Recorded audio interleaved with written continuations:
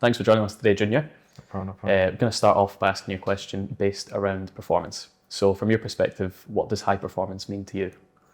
High performance is putting yourself in position to perform at the highest level day in, day out. From preparing your body on and off the field, eating the right things, getting enough sleep, preparation before games, before training, and then also making sure your body and mind is right going into games. If you're mentally fit, your body's fully fit, physically fit, gives you the highest chance to perform at the highest level. So what sort of habits or routines do you rely on personally to ensure that you're able to maintain such a high level of performance? My habits and routines is making sure I get 8 hours sleep, eating the right things before matches and training. Make sure you have a lot of fluid intake, a lot of water to make sure you're hydrated going into training and games. And also, me personally, I like to make sure I got a routine.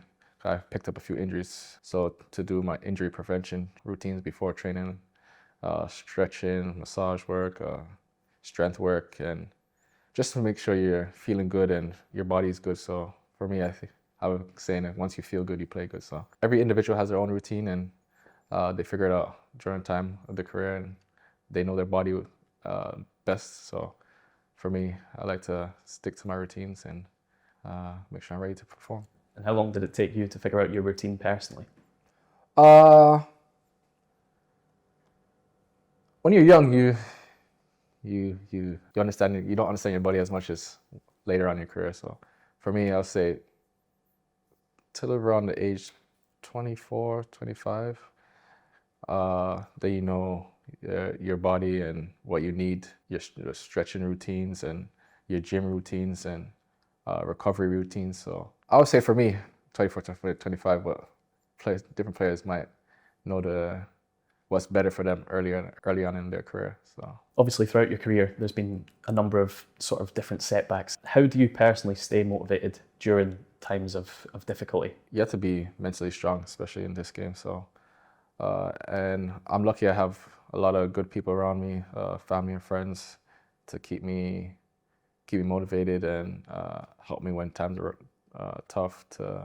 It's good to have somebody you could talk to help you stay motivated and stay focused.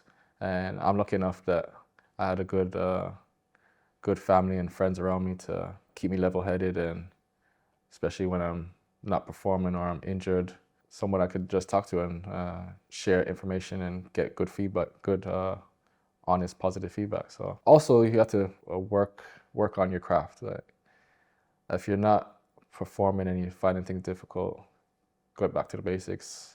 Work on your craft. Sometimes I like to look at footage of what I'm doing right and what I'm doing wrong, and that also helps me. So there's a lot of different ways to get you back motivated and keep you focused. Was there a particular moment in your career that helped shift your mindset from good to great? Yeah, there's a few moments for me. I think when early on in my career, when I found myself not getting enough minutes that I wanted, just put me to knuckle down and work hard day in, day out in training, keep working no matter what, and eventually your opportunity will come, and that's when you need to take your opportunity. So for me, it's either working hard day in, day out, doing extra work when people are not watching, to make sure you're prepared for when that moment does come. You take it with both hands. And also my old national team coach, he was a big believer on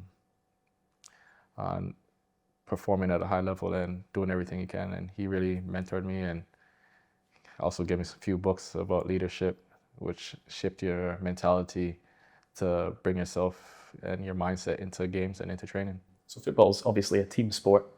How important is it to sort of build trust and chemistry with players, particularly when, the going gets tough? Yeah, of course. It's a team sport, and at the end of the day, you're only as good as your teammates. So it's important to build that trust. And for me, once you have that trust with somebody, as your teammate, and you could count on them to go to war with you on a Saturday, it helps your game and makes things a lot easier, knowing the man beside you is willing to run through a brick wall for not only themselves but for the team and for the benefit of the club to get be successful. So that comes down to a lot of things. It could be little things as getting to know each other off the field as well as on the field, getting to know their background and where they came from. A lot of little things would help your teammates and the commodity of your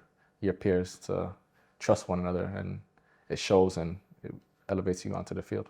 How important was mental and physical preparation before going into big games? Yeah, I think it's key.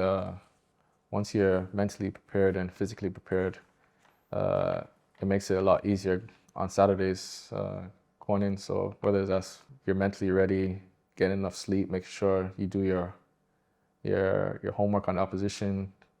So when it comes into games, you know exactly what you're up against. So for me, it's not. I don't like going into games blind, not knowing your opposition. So see a lot of footage on my opposition and specifics, what's their strengths and what's their weaknesses. So that's how I prepare mentally before the games, and physically, that comes down to the build-up during the week, how you train, how hard you work, your recovery, extra work in the gym, stretches, all the little things add up to what you do on a Saturday. As a former Premier League footballer, is there any advice that you could pass on to the younger generation with regards to mental and physical preparation ahead of matches?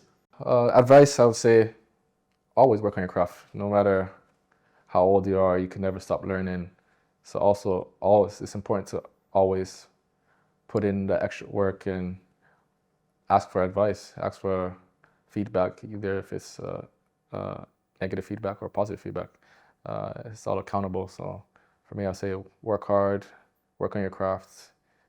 You can never stop learning. How has your approach to sort of day-to-day training changed from when you first began to now in your career?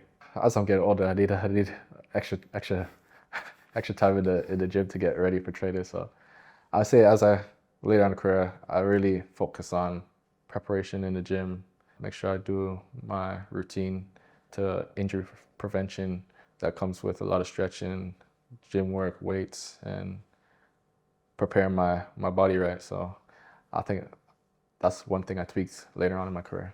You've obviously played under the likes of Neil Warnock, Sam Allardyce, Steve Keane, who are kind of key figures in the football industry. How big an impact did these sorts of characters have on your development as a professional football player? Oh yeah, massive. Important managers in the game, especially Neil Warnock, who helped me out massively. His man-managing skills, he knows how to get the best out of each player, and he surely got the best out of me during our time at Cardiff also. So they're important figures, and they're important in my career, and they gave me both negative and positive feedback, which helped me get better day in, day out. And once you have a manager like that, that gives you the trust and confidence in you to perform at a high level and get the best out of you, could take your career to the next level. So have you taken any sort of tips and things from these guys that's going to benefit you for in between now and the rest of your career? Yeah, of course. I take tips from every manager I've been with, whether it was good or bad. I take the feedback to help me better my game and my ability to go out there and perform each day and perform for the team. So as little feedbacks to stay positive and keep you confident going into games.